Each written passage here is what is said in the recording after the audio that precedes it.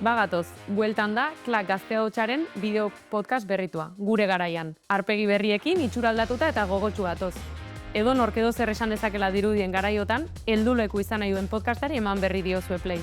Egia da ez dela erronka arraza, baina alegindu behintzat aleginduko gara. Garaiko kontuez, inguratzen gaituenaz, bizi dugunaz, gure kezkez, zalantzez hitz egingo dugu. Ez dezan inork guatik hitz egin. Euskal Herriko gazteon ahotsa izan nahi dugu, eta horretarako noski, behetik, ezkerretik eta euskaraz jardungo gara. Lau pareta hauen artetik Euskal Herriaren luze eta zabalera, 2 astean behin, gure garaian.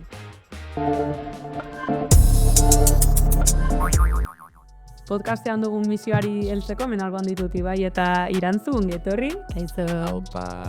Eta ez dugu elkarraskorik aurkeztuko, gero ikusiko duzuelako gu nolakoa garen, izan ere saioro egongo gara gu elkarrizketa giratzen eta beti izango dugu gonbidatu bat, apur bat ekarpena egin diezagukena edo gaian aditua dena. Eta gaurkoan, bizitza duinez eta gazte emantzipazioaz, gure garaian. Hausnarketa sakonetan sartu aurretik, ona, aste honetako 5 albiste jakin beharrekoak. Euskal aurkezle eta humorista baten erasoak salatu dituzte zenbait emakumek. Euskal komunikabide batzuetan ezaguna den mutil gazte bat erasotzailea da. Salaketa hori zabaldu zuten toki ezberdinetako zenbait neska gaztek Twitter sare sozialean zabaldu zuten @bukatudasaua kontutik. Ez da kasu isolatu bat. Botere espazioetan eta babes soziala duten gizonen jarrera ohiko bat da, ejem patriarkatua. Karmele Solagurenen heriotzaren 20. urteurrenean urruntze politikaren biktima gisa aitortzea eskatu diete nafar instituzioi. Karmele Gogoan plataformak eta Egiari Zor fundazioak omenaldia egin zioten Barainanen egia, justizia eta reparazioa aldarrikatuz eta aitortza instituzionala eskatuz. Labek erakundei exigitu die privatizatutako zaintzako langileen izaera publikoa aitortzea. Sindikatuak privatizatutako zaintzako langileen lan baldintzak hobetzeko duen konpromisoa berretsi du. Gero eta baldintza prekarioetan aritzen dira zaintzako milaka langile Euskal Herrian. Baldintza okerra hauek sektorearen privatizazioari egozten dizkiote. Zelako sorpresa. Horregatik zerbitzu publikoak langile publikoak eskaini behar dituztela exigitu du sindikatuak. Hori aldarrikatzeko 2025ko udaberrian Euskal Herri mailako mobilizaziora deitu du Labek. IKAMA ikasle antolakundeak unibertsitateetara eta lanbide heziketara zabalduko du bere jarduna. Bigarren kongresuan aurkeztu duen berritasun esanguratsuenetako bat da hau. Orain arte, bigarren hezkuntzara zuen bideratua bere jardun politikoa, eta hemendik aurrera unibertsitateetan eta lanbide heziketan ere arituko dira. Euskal hezkuntza sistema publiko eta komunitarioa aldarrikatuz. Durangon burutu zuten ekitaldian Iaurri izeneko ponentziaren gakoak azaldu zituzten. Iruzurra salatu duen eta 2 haur txiki dituen familia bat etxetik bota dute Bilbon. 4 hilabeteko eta 4 urteko 2 ume dituen familia bat etxetik bota zuten astelehen goizean Bilbon. Azken asteotan, AZET etxebizitza sindikatua etxegabetzea bide judizialetik geldiarazten saiatu bada ere, astelehen goizean bota zituen poliziak etxetik. Beste etxegabetze bat. Eskerrik asko Irantzu, beti horrela hasiko dugu saioa, 5 albiste azpimarratzen, eta esan genezake azken albiste horrek lotura handia duela gaur aipatuko dugun gaiarekin, izan ere bizitzak eta etxeak izango ditugu gaitzat, etxeak eta bizitzak etxeetan, etxe biziak edo bizidunak, eta esan genezake ere bai erakusten digutela etxe bizitzek nor dagoen bizitzen bertan, nola bizi den bertan, ea norbait biziote den bertan, loreak ureztatzeko tarterik hartzen ote duen, besaulkiek bertan eseriko denaren esleipenik bat ote duten, besaulkiko zulo iraunkorrek eta eseriko denaren ipurmasaiek matx egiten duten, ala beste norbait izan den besaulki hori berotzen hilabetez urte luzetan. Kontrara ere bada ordea, ezta? Bizitzeko moduek erakusten digute ze etxe bizitza mota edo behar edo nahi ditugun. Eta etxeiak nola eragin ditzakete batzuen bizitzeko moduak besteekin bizitzeko presleudeken etxeen erailketak. Gai horien inguruan gazteek duten iritzia jakiteko kalera jo dugu.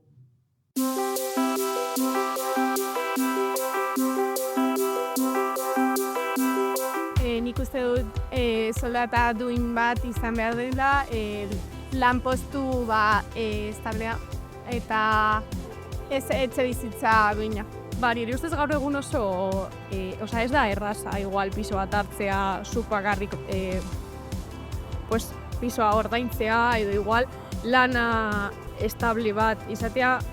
Etxe bizitza eta emantzipaziorako baliabideak aukitzea edo emantzipazio bat aukitzia, ez dakit, eta ez dakit, azkenian baitza igual denbora libria aukitzia, eta ez dakit, aposik edo bintzat bizirauteko bintzat biharrak asetuta egotia, ez dakit. Lan duin bat izatea, etxe bizitza duin bat, eta lasai bizian izatea. Nik aukera badago, guztia egora nola dagoen, gustatuko ditzak hemen jarraitzea bizitzen, hemen alboko herri batean, eta hori, aldaketa asko barik, eta aukera badago, hori, alik eta harinen izatea. Hombre, utópico, una furgoneta, baserri bat, realista, pues Bilbon, seguramente gurasoen etxean, oraindik. Ikasketak espero bukatuta. Izan daite. Bizitza independente bat, gurasoekin parte, gozatik parte, eta postura batean agia ez onena, baina digno bat. Bezakit igualko jaten nago bakarrik, bezatekin, lagunekin, baina, bentsate emantzipatuta bai bizitzia, eta, bentsate haber lan baldintza edo soldata duin batekin. Eta hoxe, ikusitxalik elderrak zegoen nazen, eta bate jakin zela egon izan. Supongo jarraituko dugula gurasoekin bizitzen y haciendo lo que se pueda. Ikusi dugu kalean nola ikusten duten panorama. Nik ere nahiko iun ikusten dut panorama, izan ere Zarauztarra naiz, eta bertan jakin badakigu gaztetxea bota eta etxe bizitza garestiak eraiki dituztela, gazteok prekario bizi garela eta ezin dugula etxe bizitzarik eskuratu bertan eta bizitza proiektatu herrian bertan. Eta azkenaldian zalantza asko ditut horren inguruan, ez? Non biziko naiz, norekin biziko naiz, lagunekin bizi nahi dut, baina nola egingo dut hori. Ez dakizuek ze zalantza dituzuen gaian indorira. Bai, pues ni egia esan antzeko parezido, ez? Itorrita gutxi gorera antzeko herri batetik kostaldeko herri turistifikatu bat, Hendaia Zarautz bezala. Ikusten dugu nola udan ebiko izten den populakuntza, eta nola udan dauden zerbitzu pila bat herria, baina gero neguan ez dago ezer benetan urte osoan bizi garen ondako, eta orduan horrek erakusten du, azken finean, zerren arabera eta norentzat diseinatzen diren gure herriak eta gazteontzat ez dira diseinatzen. Bai, ni antzeko, baina ez naiz kostaldeko herri batean bizi, hirian bizi naiz, Bilbokoa naiz, eta nik ez dut oso hurbil ikusten emantzipatzeko ez, puntu hori, baina bai badakidala eta argi dute didatela turistifikazioaren erruz ezingo naizela nire auzoan bizi. Ni Bilbo zentroko auzo batekoa naiz eta zentro osoa turistifikatu da, bai Alde Zaharra, bai Indautxu, bai horrelako auzoak. Eta etxe bizitzen prezioak igo dira pilo bat, piso turistikoak bihurtu dira asko, eta hotela asko eraikitzen ari dira. Eta badakigu, eta gazteok argi daukagu, Bilboko periferian biziko garela. Eta hori, bai azarretzen hau, ezingo naizelako nik hauzan daukadalako militantzia, ditudalako harremana, ditudalako lagunak. Eta horrek aldaenduko nahu ez, nire familiatik, nire lagunetik, eta hori guztia. Bizitza duina, gazte emantzipazioa, etxe bizitza, lan baldintzak, bizi ereduak. Horren inguruan hitz egiteko gaurkoan ekarri dugu Unai Isasi.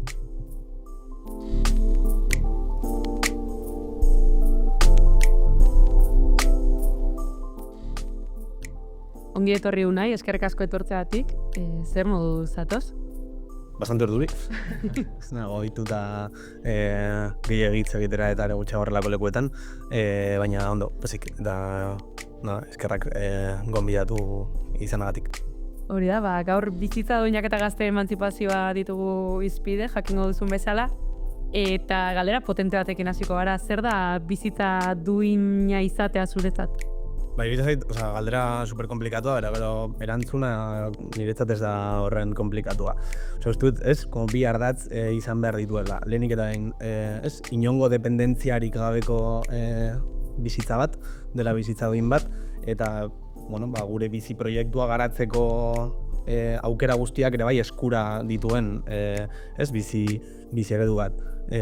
Buru jabetza maila aliketan dien eskuratzen laguntzen diguna, lan baldintza duinekin, itogabeko lan orduekin, diru sarrera nahikoarekin, dugun bizi estiloa ere bai mantendu ahal izateko edo bizi garen gizartean bizi ahal izateko. Ez dakit, olakoak ez, eta etxe bizitza duin bat ez, badelako, eta gaurko gaiarekin lotuta, etxea da, ez dakit nola esan ez, gure kanpo basea, gure bizitza ardazten duena eta nondik eraikitzen dugun ez, ditugun proposamenak eta egin nahi dugun hori, eta beraz ematen diguna independentzia bat ez, eta orduan niretzat da hori ez, bizi baldintza duinak da, kanpo base bat zeinetatik eraiki alduzun independentziaz zure bizi eredua edo.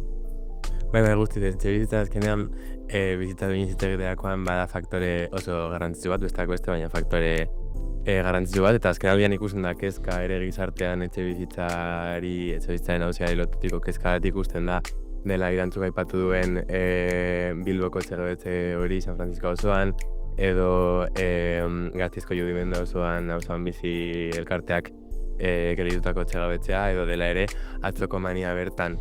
Eta orduan, etxe bizitzaren hauzia aipatzerakoan, asko aipatzen dugu ez, kasu honetan agazoa dena, etxe bizitzaren eskuragarritasuna batez ere gazteontzat, ez delako eskuragarria askotan guretzeko etxe bizitza, baina etxe bizitza hitz egiterakoan interesgarria da ere batez ere hitz egitea zergatik ez den eskuragarria guretzeko etxe bizitza hori. Bai, nik uste dut hortik doala ez. Uste dut ez dela kasualidadea gazteontzat ez dela, ez izatea eskuragarri etxe bizitza bat eukitzea. Bizitzarako hain garrantzitsua den faktore bat izan da, eta uste dut horren atzan bai dauzela ezaugarri bat, bai izan lan prekarioak, bai turistifikazioa, baita gizartean errotuta dauzen bizi eredu desberdinak, eta uste dut honekin batera bai esan behar dela eta bai aipatu behar dela, Hego Euskal Herrian 76.000 etxe bizitza utz baino gehiago dauzela, eta hauek bizigarriak bihurtu beharrean etxe bizitza berriak eraikitzen dituztela, honek daukan inpaktu ekologikoa ez, kontuan izan barik, eta baita honek eragiten dituen etxe bizitzen prezio igoera kontuan izan barik. Bai, nik uste dut kausa ondorio asko daudela gai honen arira ez, turistifikazioak derrigorrean prezioaren igoera dakarrela, lan baldintza prekarioek eskuragarritasun eza, gizartean errotuta dauden bizi eredutara egokitzeko ere bizitza duinak eta bizigarriak egiteko oztopo horiek etortzen dira, eta etxe bizitza hutsekin ere prezioen igoera hori ondorioz etorriko dela.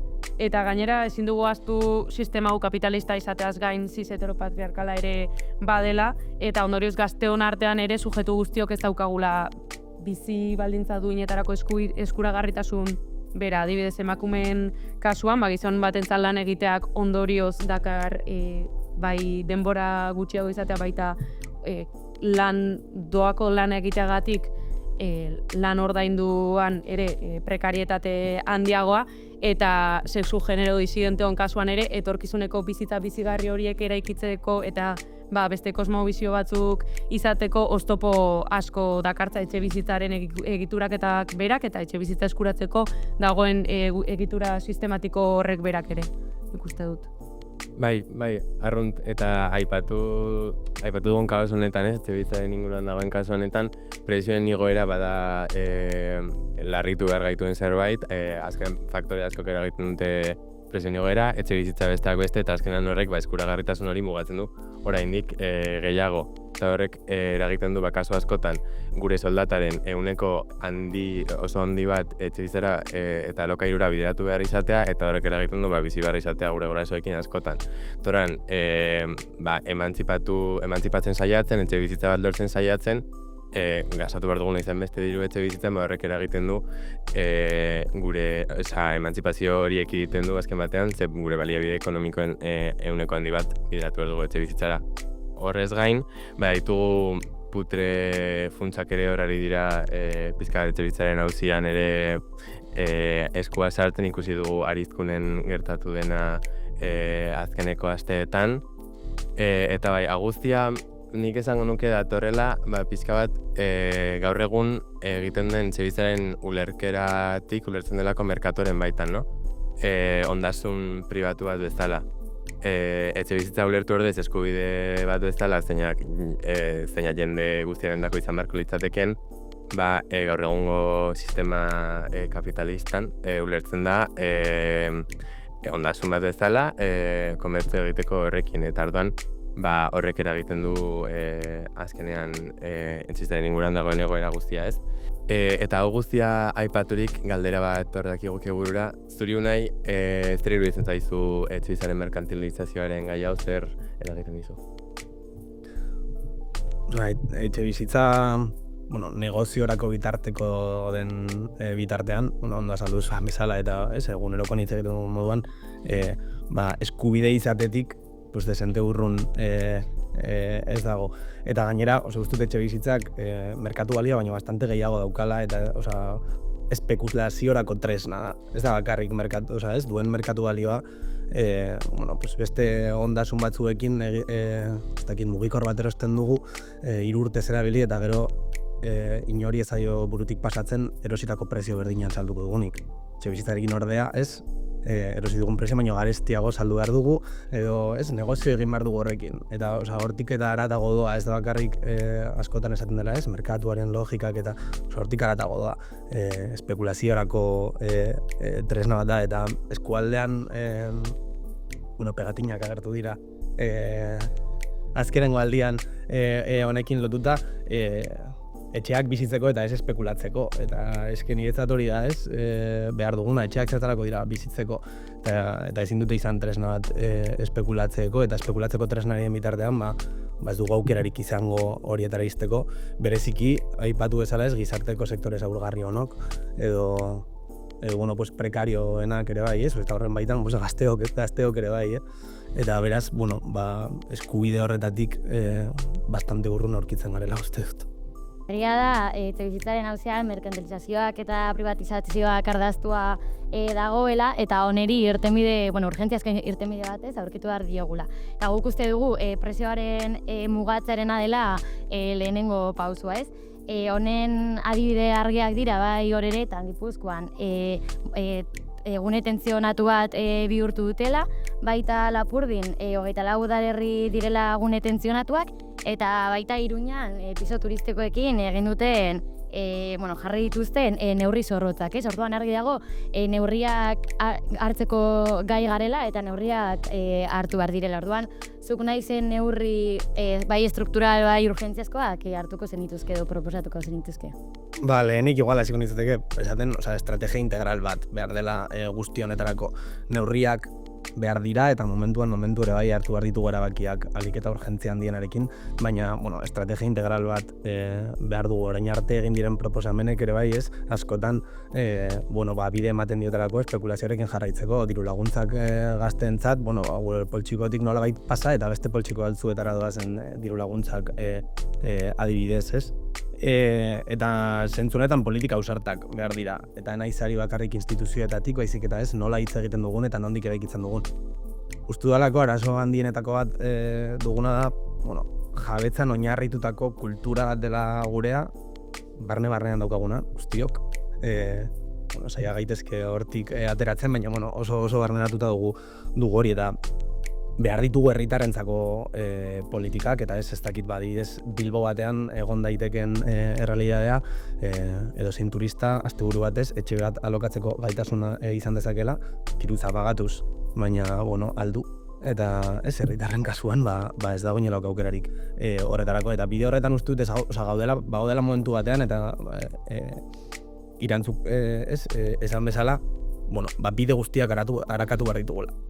Bataia guztiak eman behar ditugu zentzu honetan, kaleetan, sindikalgintzatik, instituzioetatik, eta ez aigu besterik geratzen norabide horretan, eta uste dut neurriak aipatu izan direla eta mugak ezarri behar dira, alokairuko prezio mugak ezarri behar dizkiogu, behar ditugu ere bai, Euskal Herrian ditugun edo bizi dugun errealitatea moldatzen diren erabakiak hartzeko tresnak eta seguramente egun ere ez ditugu, orduan bide hori ere bai arakatu behar dugu eta esaten dugunean etxe bizitzak agian ezin dugula gehiago eraiki, baditugulako, ez, pila bat, parke publikoan ditzeaz hitz egiten denen ere bai, agian erosi behar dira, jada dauden etxe bizitzak, eta benetan bide eman etxe bizitza horiek herritarren eskura egoteko.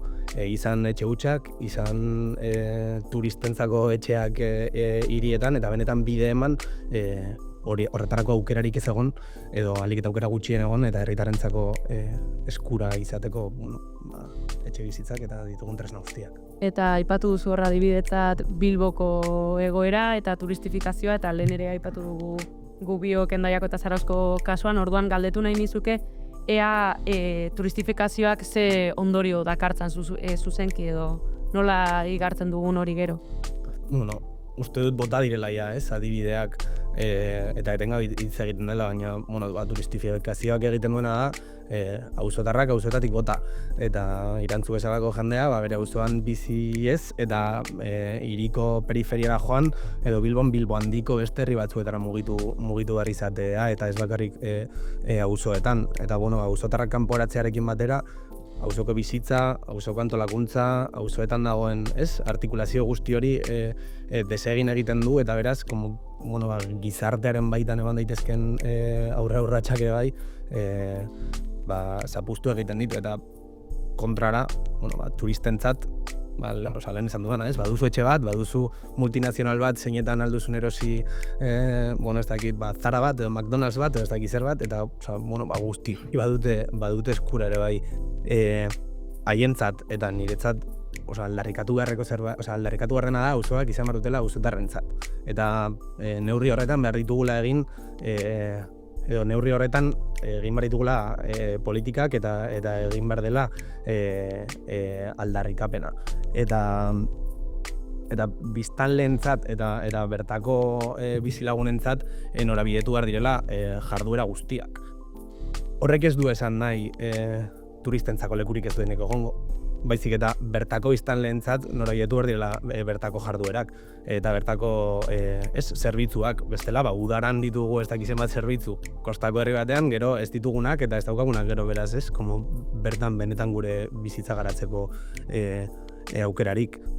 Eta ez dakit ni herri txiki batekoa, txiki ez dakit txiki esan daiteke, baina herri batekoa naiz eta ez hirikoa, baina hiriei erreparatzen dianean egoera oso gordina da. Eta Venezuela benetan kezkatzekoa. Eta behar dira neurriak, Eta zuekin jarraitzen, justu esan duzu etxe bizitza turistikoa dauzela.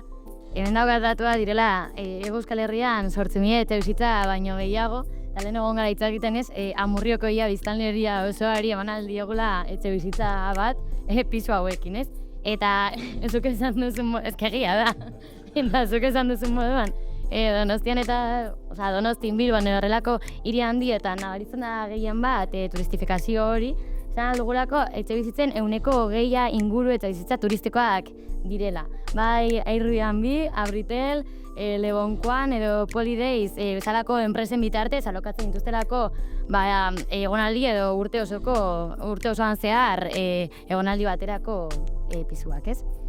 Eta erran oso ongi ez, azkenan turistifikazioak daukabere erroan kontsumorazo bat zinak eragiten duen auzoak eta herriak ez zirenak bizigarri herritarrentzat eta auzotarrentzat ekartzen dituzte turistak, kanporatzen gaituztegu, eta hori da arazo nagusia kaleetara joz adibidez ikusi dezakegu horretarako egoera ausalatzeko adibideak adibidez jauzi ekosozialak Donostiako bizilagunekin plataformarekin egindako ekimenetan, baina daude beste faktore batzuk ere etxe bizitzaren arazoak eragiten dutenak ez, eta nik neuk egin bizi ereduetaz, orain lehen aipatu dugun bezala pixka bat, etxe bizitza dago oinarrituta gaur egungo bizi eredu familia nuklearrean, ez? Azkenean etxe bizitzak diseinatutak literalki horretarako, gela handi bat biorekin eta bi gela txiki, gurasoak, aita eta ama eta bi seme alabentzako, eta gero egon gela bat, eta sukalde bat, da literalmente dago egina horretarako, eta hortik ateratzen den edo zein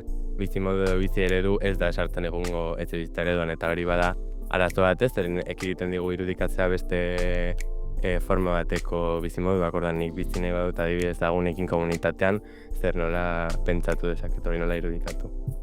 Bai, nik uste dut askotan herrietako bizi ereduak komunitatean bizitzera laguntzen dutela edo bai, osindartu dutela komunitate sentimendu hori, bai, egia da, nik uste dut hirian ez dagoela horretara bideratuta edo behintzat etxeak ez daudela egokituta horretara eta egungo bizi eredutara moldatzen diren etxeak direla gehiago. Eta aldi berean herriek eta hiriek izan ditzaketela antzekotasun batzuk, baina badituztela faktore bereizgarri batzuk edo, eta zuk esan duzu oraintxe herri txiki edo ertain edo diezaiokego modu batera edo bestera batekoa zarela.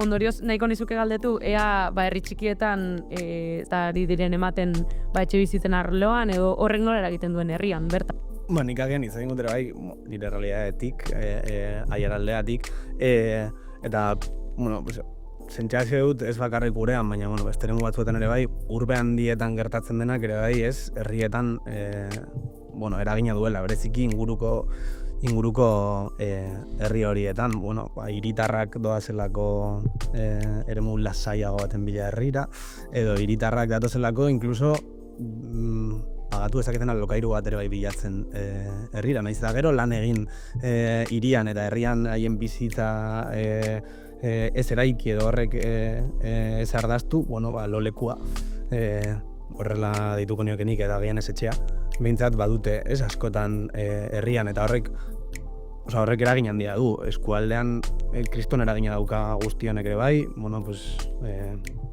basauriko jendea ugaora doa, ugaokoak laudira doaz, eta laudiokoak gatoz amurriora.